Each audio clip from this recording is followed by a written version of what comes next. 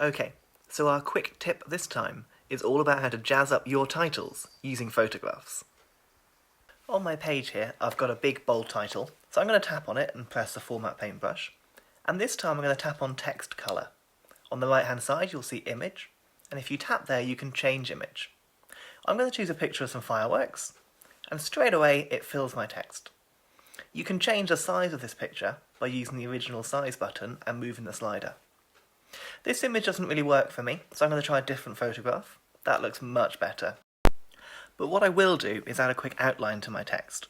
Press on the three little dots here and scroll down to turn on the outline.